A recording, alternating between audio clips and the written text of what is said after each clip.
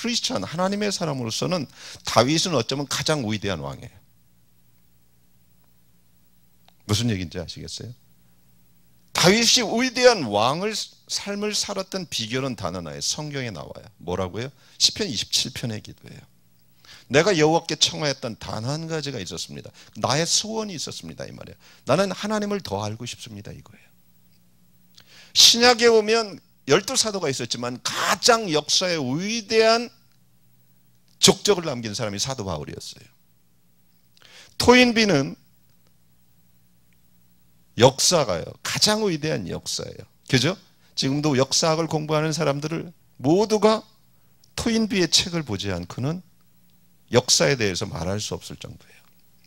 이 토인비가 바울이 죄수로 탄 배가 유럽을 향하여 가고 있을 때 유럽의 문명은 바뀌기 시작했다고 기록했어요. 한 사람이 죄수로 배를 타고 유럽을 향하여 가고 있는데 사도행전에 그때 유럽은 바뀌기 시작했다는 거예요. 그 정도로 이 세 사람은 크리스찬뿐만 아니라 전 세계가 인정하는 위대한 사람들이에요. 근데 그들의 기도는 다 똑같아요. 참 이상한 걸 발견하지 않겠어요? 오늘 본문은 다윗의 위대한 기도인데 이 기도를 통해서 하나님과의 관계가 어떻게 깊어지는지 친밀해지는지 그 비결을 써놓고 있어요.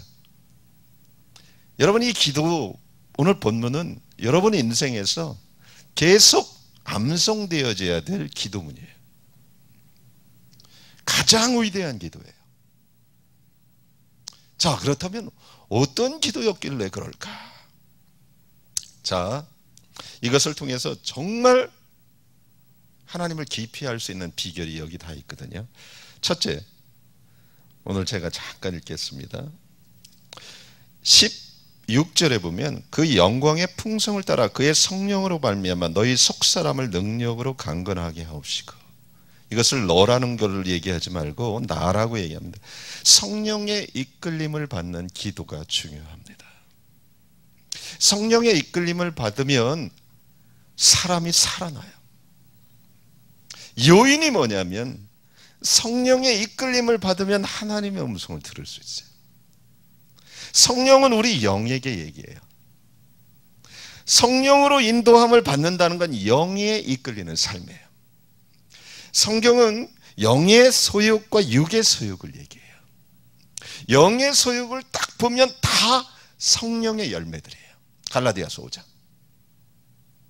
예수 그리스도를 통해서 성령님이 우리 안에 오므로 인해서 어떻게 돼요? 하나님의 생명이 부어지고 우리 영이 본어게 인한 거예요.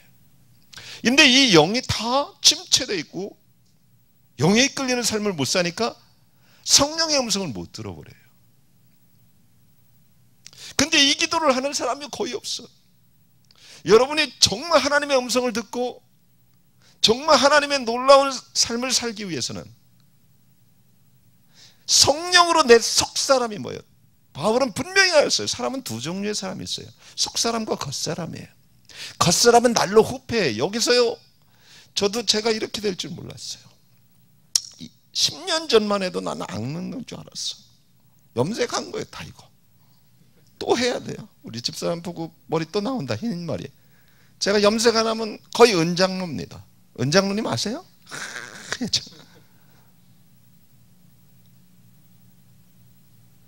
저 흰머리 많이 났어요. 저 머리 많이 쓰는 사람이거든요.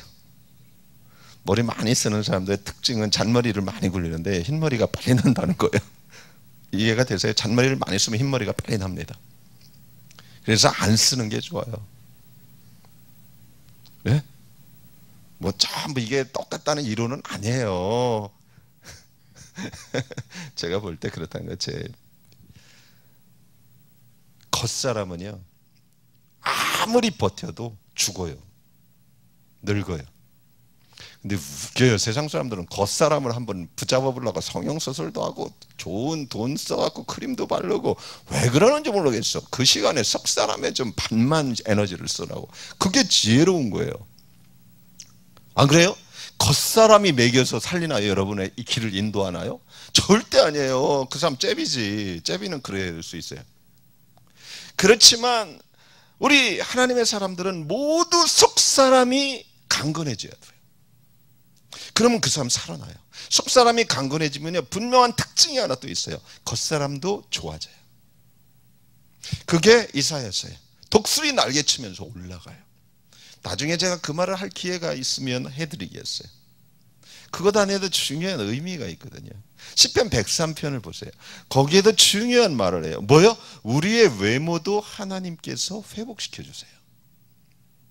이게 은혜의 특징이에요. 여러분, 어떤 사람이 은혜를 받으면 얼굴이 바뀌어요. 젊어져요. 흰머리가 거목해 되는 경우도 있어요. 무슨 얘기인지 아세요?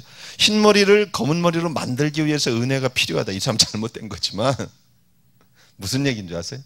은혜, 속사람이 살아나면 겉도 생명력을 얻기 때문에. 근데 이 속사람에 대해서 관심을 갖는 사람은 분명히 그 사람은 올바로 가요. 근데 그 기도를 한 번도 안 해. 그런 디자이어가 없는 거예요. 소원이 없어요. 무슨 얘기인 줄 아세요? 근데 이 속사람을 능력으로 강건케 하는 분은 단 한 분밖에 없어요. 성령님이에요. 영의 소욕에 이끌리면 여러분 하나님의 음성을 잘 들을 수 있어요. 그러면 여러분이 내일 살아요. 근데 이 기도를 해야 돼요. 능력으로, 성령의 능력으로 내 속사람을 강건케 해야 돼요. 이 기도를 매일 하세요. 해야 돼요, 매일. 굉장히 중요해요. 성령님은 우리의 영, 속사람에 관심이 있어요. 그리고 성령님은 참 보이지 않아요. 하나님의 속에도 관심이 있어요. 그죠? 하나님의 깊은 것도 그분이 아신다고 그래요. 그러니 성령님, 우리 속사람이 성령님과 함께 교제를 하면 하나님의 비밀을 알 수 있는 거예요. 이 기도를 안 하고는 어떻게 방법이 없어요. 사도 바울이 이 기도를 한 거예요. 네, 사랑하는 여러분, 제가요 정말 가슴 아파하는 일들이 많은데요, 그것은 어떤 분들, 어떤 많은 사람들을 보면서 그것이 또 제 모습 안에 있기도 할 거예요. 하나님 앞에 늘 이렇게 가슴이 아파요. 많은 사람들이 종교의 영에 너무 눌려 있어요. 종교적입니다. 우리들 안에도 있어요. 안 변해요. 안 변한 이유는 뭔지 아세요? 단 하나, 성령님에 대해서 마음을 안 여는 거예요. 자, 기독교 역사를 봅시다. 성경이 언제 성경책으로 모세오경이 주어졌죠? 네? 이스라엘 백성들에게 모세오경을 광야 시절에 하나님께서 주셨다고 해요. 하지만 여러분 알다시피 종이 파푸루스가 나오기 전까지 성경이 없었어요. 성경이 쓰여진 건 거의 2000년 정도밖에 안 된다고 그래요. 그런데다 우리가 알다시피 로마 카톨릭 때도 성경이 없었어요. 그죠? 성직자들 이외에는 없었어요. 왜? 라틴어로 돼 있고 어려웠거든요. 근데 여러분 그거 아세요? 그 당시에 굉장한 미혹이 있었어요. 그것이 영지주의고 쭉 얘기를 하고 있죠. 그죠? 뭐요? 성경이 없이는 인도받을 수 있는 길이요, 성령의 사람이나 성령밖에 없었어요. 맞아요? 이때는 성령이라는 것에 사람들이 민감했을 거라고 저는 믿어요. 에녹과 같이. 에녹 때도 바이블이 없었어요. 그죠? 그가 믿을 수 있는 건 성령님과의 동행밖에 없었어요. 그래서 그렇게 고대하던 바이블이 나왔어요. 66권이. 엄청난 진리죠. 하지만 교회는 바이블에 또 미혹이 돼버렸어요. 그것이 뭔지 알아요? 바이블이 있으니까 이제 성령이 필요 없다는 거예요. 이게 종교의 영이에요.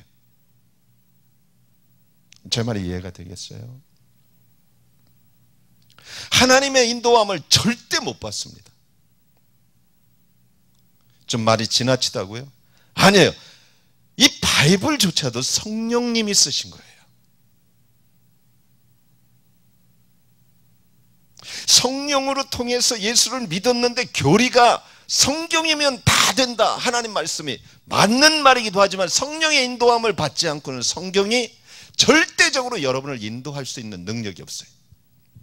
그래서 새 언약이 나온 거예요. 누구한테? 이스라엘 집과 유다 집에 내가 새 언약을 주겠다. 그들은 성경을 갖고 있으면서 날 배신했다, 그 말이에요. 지금 교회가 똑같이 가고 있어요. 저는 오늘도 들었지만 정말 자녀가 문제가 있으면요, 부모님들이 찾아와요. 장로님들 이런 사람 몰래 찾아와요. 왜? 자기 집안에 애가 미칠 줄은 어떻게 알았어? 귀신 들릴 줄은. 그래서 저를 조용히 찾아와요. 그런 건이 한두 건이 아니에요. 앞으로 더 많을 거예요. 왜? 제가 벌써 어떤 사람을 통해서 어저께도 들었어요. 어떤 교회 장로님 아들이 미쳤는데 지금 목사님께 찾아가고 싶다는데, 내가 그랬어요. 기도 많이 하고 오시라고. 귀신을 쫓는 게 목적이 아니라 그 사람이 변하지 않으면 그 아이는 똑같아진다고. 제 말이 정말입니다. 7귀신 들어가고요, 귀신 쫓는다고 사람이 금방 변하는 거 절대 아니에요. 왜 예수님이 그렇게 많은 귀신을 쫓으면서도 제자 양육을 했겠어요? 맞아요? 많은 사람들은 일시적으로 뭐가 자유되면 끝난 줄 알아. 아닙니다. 절대 아닙니다. 여러분이 구원받았다고 여러분 인생에 갑자기 엘리베이터 탔나요? 절대 아니에요. 하나님이 인도하는 그 삶을 살고 있는가요? 절대 아니에요. 하나님 기뻐하는 그 삶을 살 수, 절대 아니에요. 양육이 필요한 거예요. 귀신은요, 구원받는 거 싫어하지만 구원받은 다음에 양육 못 받는 것도 좋아해요. 왜? 별 볼 일 없으니까. 근데요, 정말 그러니까 찾아와요. 저를 꼭 만나자고, 비밀스럽게. 그리고 우선 조심스럽게, 실은 제가 장로입니다. 그래, 어느 교회? 그래요? 여기 다 좋은 교회들이죠. 근데 우리 목사님은 그런 거 모릅니다. 근데 우리 집에 이런 일이 있을 줄을 제가 어떻게 알았습니까? 나도 몰랐어요. 그런 일이 있다고요. 점점 미쳐가는 애들이 많을 겁니다. 이 세상을 보세요. 귀신이 날뛰고 있지 않습니까? 문화를 통해서. 맞아요? 그러면 귀신이 이제 그 아이들을 통해서 드러나면 가정은 난리가 나는 거죠. 여러분 잊지 마세요. 점점 귀신이 드러나는 일이 많아질 겁니다. 우리 아이들 세대. 그 아이들이 교회를 다니지만 실제 주님을 못 만나서 그래요. 근데 그 아이들이 다 종교적이에요. 주님을 못 만났지만 교회를 다니면서 말씀은 많이 들었거든요. 말씀도 제대로 모르는 거예요. 주님과의 관계를 몰라요. 근데 데리고 와요. 그래서 어떡합니까? 아버지 엄마가 찾아와서 그러니까 기도해주고 시작을 하죠. 그리고 제가 부탁을 합니다. 이 아이를 저에게 좀 맡겨주세요. 그렇게 실제 부탁을 했어요. 왜? 이걸로 끝나는 게 아니니까. 이 아이가 그 교회를 원망하는 건 절대 아니에요. 여러분 오해하지 마세요. 많은 사람, 그리고 저 성도 뺏을 마음 절대 없어요. 저는 오지 말라고 하는 사람인지 여러분 아시죠? 누가 딴 교회에서 와서 상담을 다 보냈어요. 그 교회 잘 섬기라고. 섭섭하죠. 왜? 저는 딴 교회 빼서 그렇게 목회했다면 지금 이렇게 안 합니다. 딴 교회를 무시하는 것도 아니에요. 그래서 이 아이가 주님이 예수 이름으로 귀신을 쫓는 것은 어렵지 않은데 다음이 문제니까 나한테 좀 맡기세요. 그러면 이 부모는 봐요. 애가 좋아지고 있거든. 금방 좋아져요. 안 좋아질 수 있어요. 영적인 분위기 안에서 있고 말씀을 듣고 하니까 바뀌죠. 그러면 즉시 부모가 뭐라 안달을 해요. 이제 우리 교회로 돌아와라. 근데 내가 볼 때는 아직도 멀었어. 그럼 저는 뭐라고 하는 줄 아세요? 빨리 가라 그래요. 부모님께 순종하는 것도 십계명이잖아요. 정말 속이 너무 안타까워요. 부모는 하나도 안 변해서. 여러분